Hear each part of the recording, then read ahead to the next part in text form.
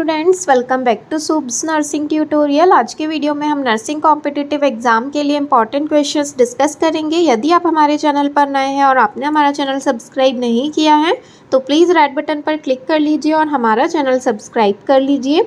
चलिए तो हम क्वेश्चंस डिस्कस कर लेते हैं। पहले हम वो क्वेश्चन डिस्कस कर लेते हैं जो पिछले वीडियो में पूछा गया था। जैसे कि आप यहाँ पर देख सकते हैं, पूछा गया था a pregnant lady came in to the hospital for ANC.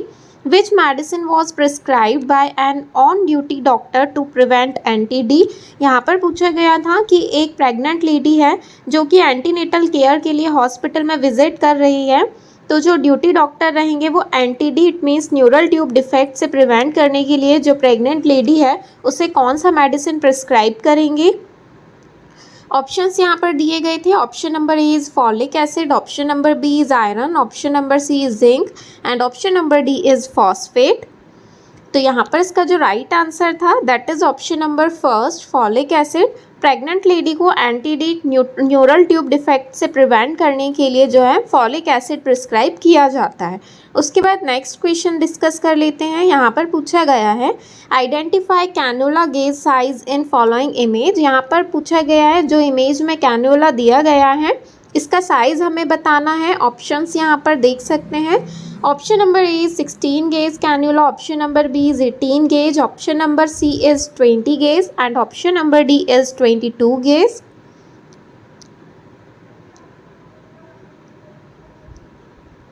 तो यहाँ पर इसका जो राइट आंसर है that is option number C 20 gauge. Pink colour का जो कैन्यूला होता है ये 20 गेज कैन्यूला होता है। 16 गेज कैन्यूला ग्रे कलर का रहता है। 18 गेज कैन्यूला जो है ये ग्रीन कलर में आता है एंड 22 गेज कैन्यूला जो है ये ब्लू कलर का रहता है।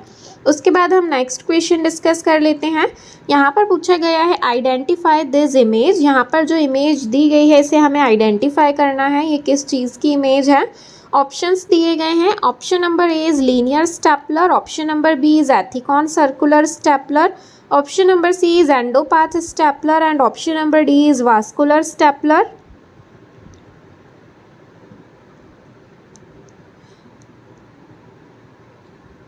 तो यहाँ पर इसका जो राइट आंसर है that is option number A linear stapler. ये जो इमेज दी गई है ये लीनियर स्टेपलर की इमेज है।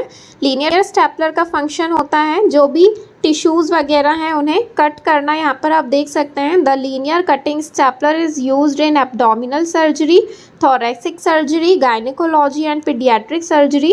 Generally, the stapler is used for resection and transection of organ or tissues. तो जो लीनियर कटिंग स्टेपलर है वो abdominal surgery, thoracic surgery, gynaecology और पीडियाट्रिक सर्जरी परफॉर्म करने के लिए यूज़ किया जाता है। इसकी हेल्प से जो भी ऑर्गन और टिश्यूज़ रहते हैं उन्हें कट करने में ये हेल्प करता है। उसके बाद नेक्स्ट क्वेश्चन में पूछा गया है यूजेस ऑफ दिस इंस्ट्रूमेंट। यहाँ पर पूछा गया है कि जो ये इंस्ट्रूमेंट दिया गया है इसके क्या यूजेस हो सकते हैं। ऑप्शंस आप यहाँ देख सकते हैं। Option number A is cleaning surface of clinical area, clinical area है उसको क्लीन करने के लिए। Option number B is ETO machine, option number C is autoclave surgical instrument and option number D is fumigation of clinical area.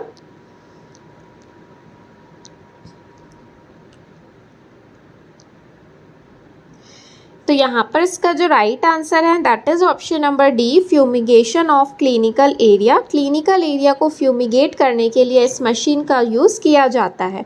उसके बाद next question में पूछा गया है a client with chronic hepatic failure is soon to be discharged from the hospital. Which diet should the nurse encourage the client to follow based on the health care provider's order? यहाँ पर पूछा गया है एक patient है जो कि chronic hepatic failure वाली कंडीशन से सफ़र कर रहा है और उसको हम डिस्चार्ज करने वाले हैं, तो हमें पेशेंट को कौन सी डाइट जो है एडवाइस करनी है, इनकरेज करना है पेशेंट को डाइट के लिए। ऑप्शंस यहाँ पर दिए गए हैं। Option number A is high fatty diet, option number second is low calorie, option number 3 is low protein and option number 4 is high sodium diet.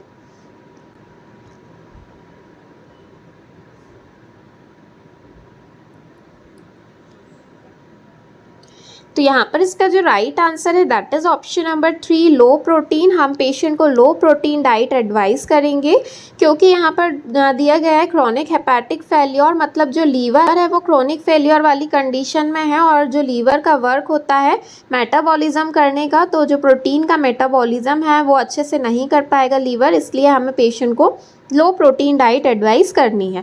उसके बाद नेक्स्ट क्वेश्चन में पूछा गया है विच वैक्सीन नीड्स अ फ्रीज़र। यहाँ पर पूछा गया इनमें से कौन सी वैक्सीन है जो कि हमें फ्रीज़र में स्टोर करके रखनी चाहिए। Option number A is toxoid, option number B is killed vaccine, option number C is polysaccharide and option number D is live vaccines.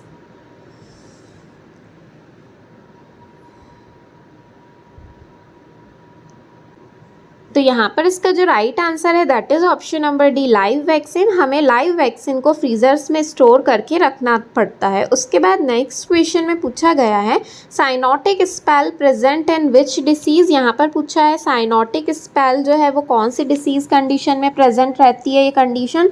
Option number A is VSD ventricular septal defect, option number B is aortic stenosis, option number C is ASD arterial septal defect and option number D is TOF tetralogy of Fallot।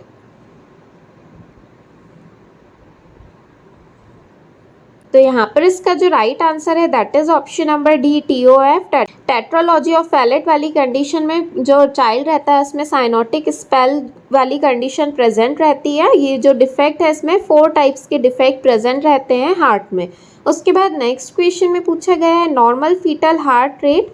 यहाँ पर पूछा गया है fetal की जो normal heart rate है वो कितनी रहती है। Option number A 70 to 90 beats per minute, option number B is 120 to 160 beats per minute, option number C is 140 to 180 beats per minute and option number D is 90 to 110 beats per minute.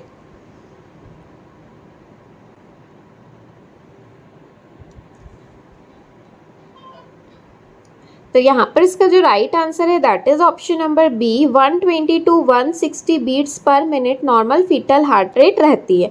उसके बाद next question में पूछा गया है which is not a social media platform. यहाँ पर पूछा गया है इनमें से कौन सा सोशल मीडिया प्लेटफॉर्म नहीं है। Option number A is Microsoft, option number B is Instagram, option number C is Facebook and option number D is Twitter. तो यहाँ पर इसका जो राइट आंसर है that is option number A Microsoft जो है ये सोशल मीडिया प्लेटफॉर्म के अंदर नहीं आता है, बाकी इंस्टाग्राम, फेसबुक एंड ट्विटर जो है ये सोशल मीडिया प्लेटफॉर्म है। उसके बाद नेक्स्ट क्वेश्चन में पूछा गया है most common site for central line catheterisation. यहाँ पर पूछा गया है सेंट्रल लाइन कैथेटराइजेशन हमें करना है तो उसके लिए कौन सी मोस्ट कॉमन साइट यूज़ की जाती है। Option number A is brachial vein, option number B is internal jugular vein, option number C is radial vein and option number D is femoral vein.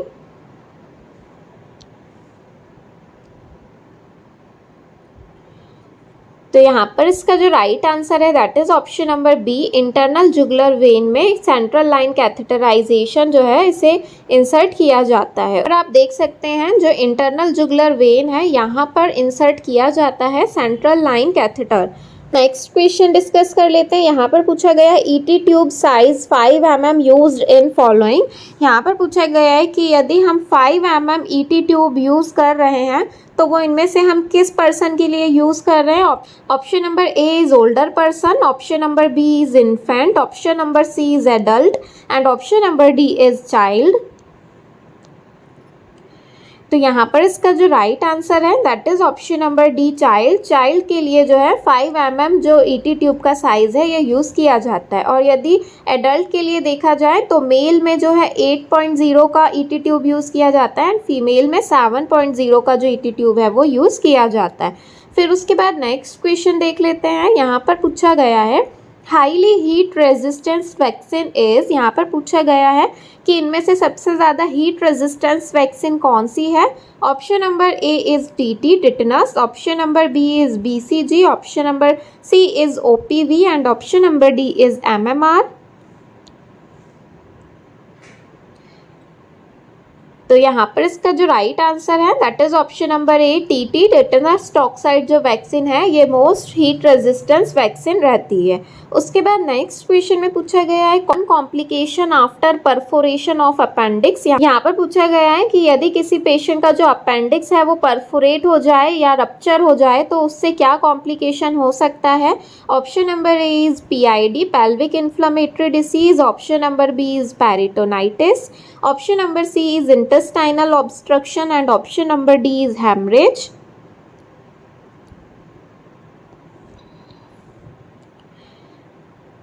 तो यहाँ पर इसका जो राइट आंसर है that is option number B, peritonitis. Peritonitis जो है ये condition है inflammation of peritoneal cavity. Abdomen की आउटर कैविटी होती है पेरिटोनियल कैविटी, यदि उसमें इन्फ्लेमेशन हो रहा है तो उसे पेरिटोनाइटिस कहा जाता है। और यदि अपेंडिक्स में परफोरेशन होगा, रप्चर होगा अपेंडिक्स, तो उसकी वजह से पेशेंट को पेरिटोनाइटिस के कॉम्प्लिकेशन हो सकते हैं। उसके बाद नेक्स्ट क्वेश्चन में पूछा गया है breast milk can be stored at room temperature for how many hour. यहाँ पर पूछा गया है ब्रेस्ट मिल्क को रूम टेम्परेचर पर कितने घंटे के लिए स्टोर करके रख सकते हैं। Option number A is 8 hour, option number B is 4 hour, option number C is 2 hour and option number D is 6 our.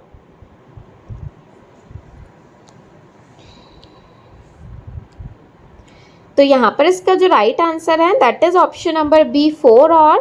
Breast milk को रूम टेम्परेचर पर 4 आवर तक 4 घंटे के लिए स्टोर करके रख सकते हैं। उसके बाद नेक्स्ट क्वेश्चन में पूछा गया है in leprosy procedure gases are used to inflate the abdominal wall. यहाँ पर पूछा गया है यदि हम लेप्रोस्कोपी प्रोसीजर कर रहे हैं तो जो एब्डोमिनल वॉल है उसे इन्फ्लेट करने के लिए कौन सी गैस को यूज़ किया जाता है। Option number A CO2 carbon dioxide, option number B is nitrous oxide, option number C is oxygen and option number D is helium.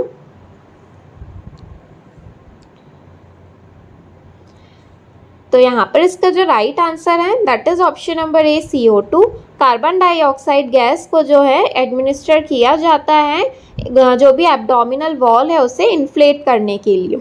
फिर उसके बाद नेक्स्ट क्वेश्चन में पूछा गया है oxygen flow rate of nasal cannula. यहाँ पर पूछा गया है नेजल कैन्यूला के थ्रू यदि हम ऑक्सीजन एडमिनिस्टर कर रहे हैं तो जो ऑक्सीजन का फ्लो रेट है वो कितना रहना चाहिए। Option number A is 1 to 8 litre, option number B is 1 to 6 litre, option number C is 5 to 8 litre and option number D is 1 to 3 litre.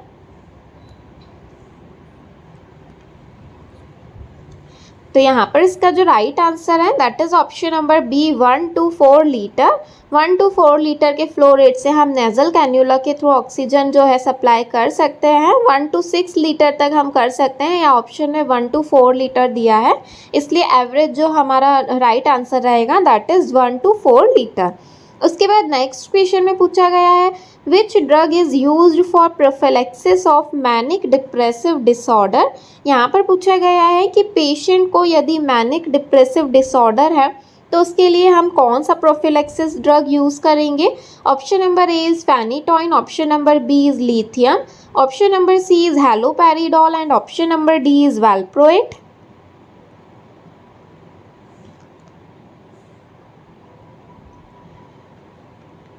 तो यहाँ पर इसका जो राइट आंसर है that is option number B, lithium. Lithium जो है drug of choice है mania वाले पेशेंट के लिए, तो यहाँ पर इसका जो राइट आंसर है that is option number B, lithium. Manic depressive disorder वाले पेशेंट को हम लिथियम दे सकते हैं। उसके बाद नेक्स्ट क्वेश्चन में पूछा गया है इंडियन स्पेस रिसर्च ऑर्गेनाइजेशन। यहाँ पर जो है इंडियन स्पेस रिसर्च ऑर्गेनाइजेशन के लिए यहाँ पर क्या राइट आंसर रहेगा। Option number A is SpaceX, option number B is ISRO, option number C is DRDO and option number D is none of these.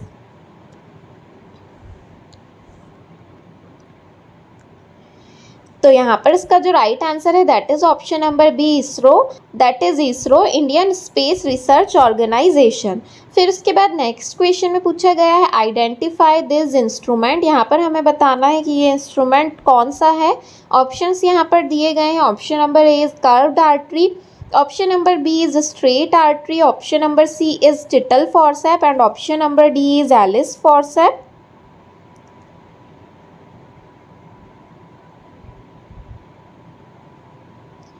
तो यहाँ पर इसका जो राइट आंसर है that is option number C, Cheatle forceps. यहाँ पर जो image दी गई है ये चिटल फॉरसेप की है।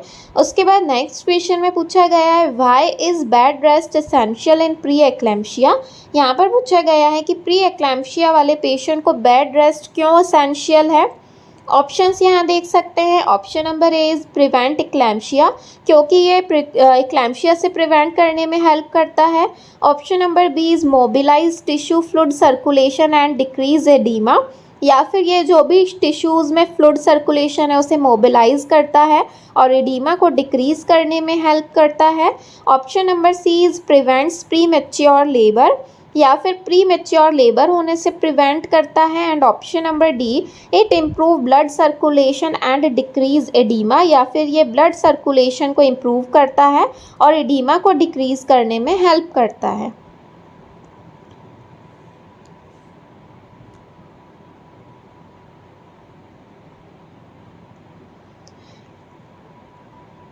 तो यहाँ पर इसका जो राइट आंसर है that is option number D, it improve blood circulation and decreases edema.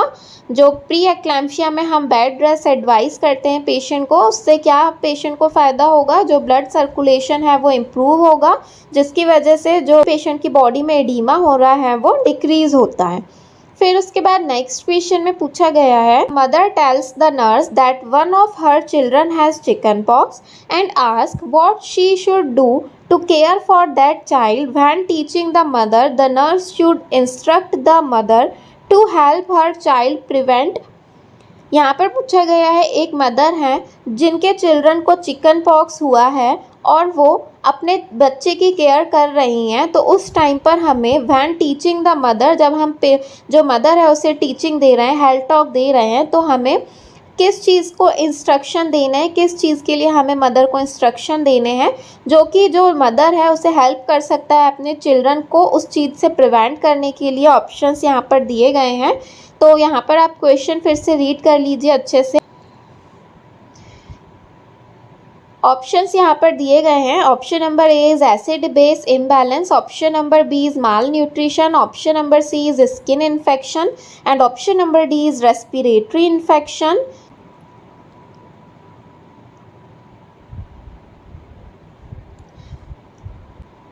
तो यहाँ पर इसका जो राइट आंसर है that is option number C, skin infection. क्योंकि चिकन पॉक्स वाली कंडीशन में क्या होता है, स्किन में ब्लिस्टर फॉर्म होने लगते हैं, तो यहाँ पर हमें इंस्ट्रक्शन देने हैं मदर को कि जो चिल्ड्रन है उसे स्किन इन्फेक्शन से उसे प्रिवेंट करके रखें। उसके बाद नेक्स्ट क्वेश्चन में पूछा गया है fifth disease is also known as. यहाँ पर पूछा गया है फिफ्थ डिसीज़ किसे कहा जाता है। Option number A is erythema infectiosum, option number B is mumps, option number C is measles and option number D is rubella.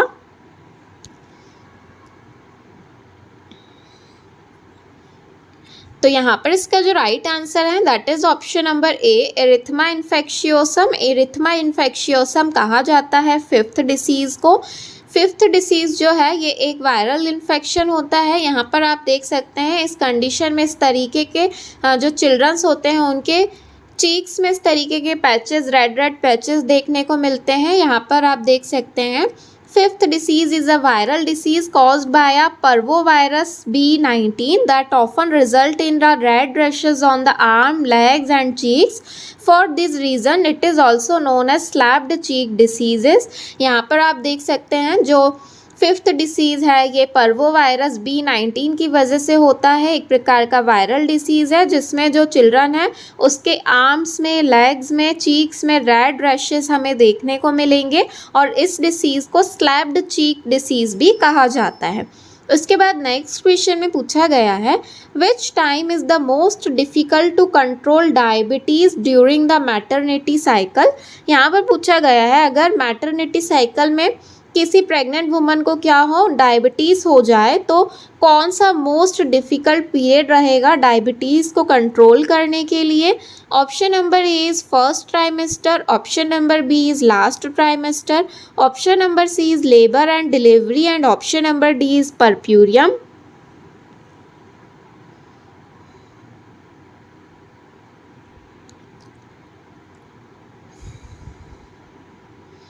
तो यहाँ पर इसका जो राइट आंसर है that is option number C, labour and delivery. Labour and delivery के time पर यदि जो है डायबिटीज़ की कंडीशन रहती है, गेस्टेशनल डायबिटीज़, मेलाइटस की कंडीशन हो रही है अगर फीमेल को, तो डिलीवरी कंडक्ट होते टाइम इसे कंट्रोल करना बहुत डिफ़िकल्ट रहता है। फर्स्ट लास्ट ट्राइमेस्टर में जो है फिर भी हम जो है कंट्रोल कर सकते हैं मेडिसिन के थ्रू, बट लेबर और डिलीवरी के टाइम पर एंड डिलीवरी के टाइम पर मोस्ट डिफ़िकल्टी होती है इसे कंट्रोल करने में। उसके बाद नेक्स्ट क्वेश्चन में पूछा गया है which of the following glial cells act as a phagocytic cells of the nervous system. यहाँ पर पूछा गया इनमें से कौन सी ग्लियल सेल्स है जो कि फैगोसाइटिक परफॉर्म करती है, फैगोसाइटिक एक्शन करती है नर्वस सिस्टम में। Option number A is astrocyte, option number B is microglia, option number C is oligodendrocyte and option number D is Schwann sales.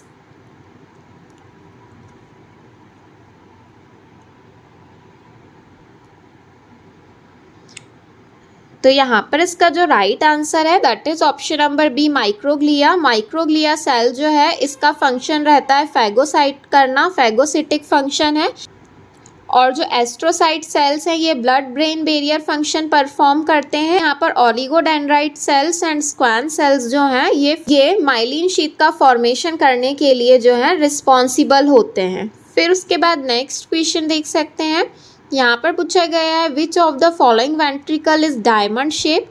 Options यहाँ पर देख सकते हैं, पूछा गया है कौन सा वेंट्रिकल डायमंड शेप का रहता है। Option number A is right ventricle, option number B is left ventricle, option number C is third ventricle and option number D is fourth ventricle.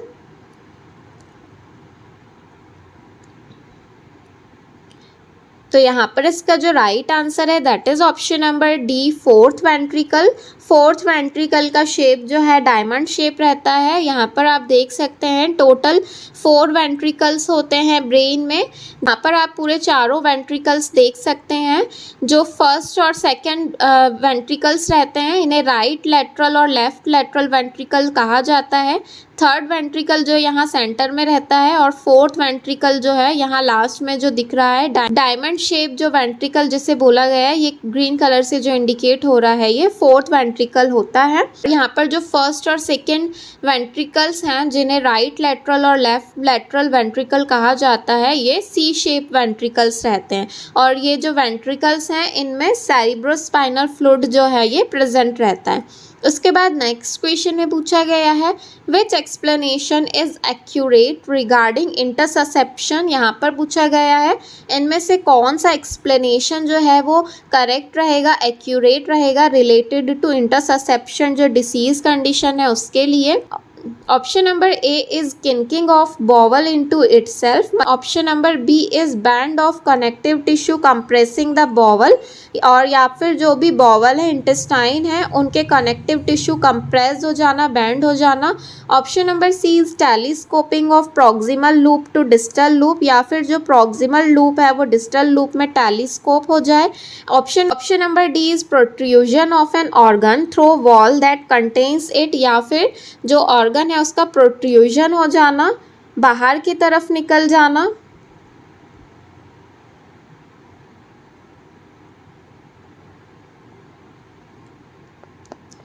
तो यहाँ पर इसका जो राइट स्टेटमेंट रहने वाला इंटरसेप्शन से related that is option number C, telescoping of proximal loop to distal loop. Interception की जो कंडीशन होती है इसमें यहाँ पर आप देख सकते हैं जो इंटेस्टाइन होती है, स्मॉल इंटेस्टाइन होती है, वो आपस में इस तरीके से इंटरसेप्ट हो जाती है या टेलीस्कोप हो जाती है। जो प्रॉक्सिमल पार्ट है वो डिस्टल पार्ट में इस तरीके से की तरफ जो है चले जाता है या फिर टेलीस्कोप हो जाता है, तो इस कंडीशन को इंटरसेप्शन कहा जाता है। उसके बाद नेक्स्ट क्वेश्चन में पूछा गया है Parents brings infant seeking treatment for vomiting and diarrhea for 2 days. On assessment, the student finds dry mucous membrane and lethargy. What other findings suggest a fluid volume deficit? यहाँ पर पूछा गया है कि जो पेरेंट्स हैं उनका जो इन्फेंट है उसको ट्रीटमेंट दे रहे हैं जिसमें पेशेंट को वॉमिटिंग और डायरिया की कंडीशन हो रही है 2 डेज से, और जो स्टूडेंट है वो उस चिल्ड्रन का इन्फेंट का असेसमेंट कर रहा है तो उसे ड्राई म्यूकस मेम्ब्रेन और लिथार्जी के सिम्टम्स देखने को मिल रहे हैं। तो हमें यहाँ पर फाइंडिंग्स जो हैं वो सजेस्ट कर रही हैं कि पेशेंट को फ्लूइड वॉल्यूम डेफिशिएट है। तो जो इन्फेंट रहेगा उसमें इनमें से कौन से सिम्टम्स प्रेजेंट रहेंगे देखने को हमें मिलेंगे। क्वेश्चन आप एक बार फिर से अच्छे से पढ़ सकते हैं।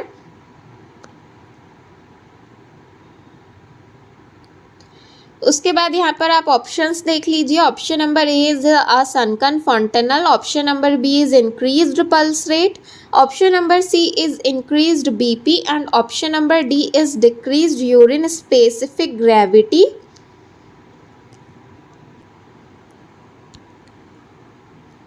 तो यहाँ पर इसका जो राइट आंसर रहेगा that is option number A a sunken fontanels. जो फॉन्टेनल्स रहेंगे इन्फेंट के वो हमें सनकन या फिर डिप्रेस्ड दिखाई देंगे, और सनकन आइज़ के सिम्टम्स भी हमें पेशेंट में देखने को मिलेंगे यदि पेशेंट डिहाइड्रेशन की कंडीशन में है या फ्लूइड वॉल्यूम डेफिशिएट हो रहा है तब। उसके बाद नेक्स्ट क्वेश्चन में पूछा गया है trachoma is the infection of which organ. Trachoma इनमें से कौन से ऑर्गन का इन्फेक्शन है। Option number A is cervix, option number B is skin, option number C is trachea and option number D is I.